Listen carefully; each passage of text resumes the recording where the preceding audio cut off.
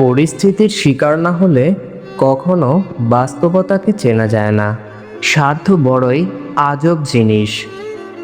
সব ধরনের সম্পর্ক এর কাছে হার মানে। স্বপ্ন দেখার অধিকার সবার আছে, কিন্তু তা পূরণ করার সাধ্য সবার থাকে না। বিশ্বাস করব কাকে?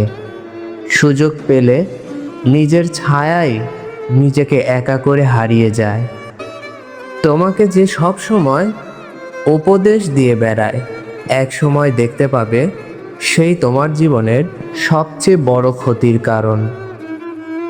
অদৃশ্য মায়াডোরে সবাই বাধা।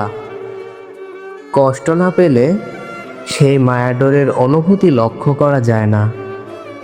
দোষ খোঁজে সবাই আগে, গুণ দেখার কেউ নেই পাশে।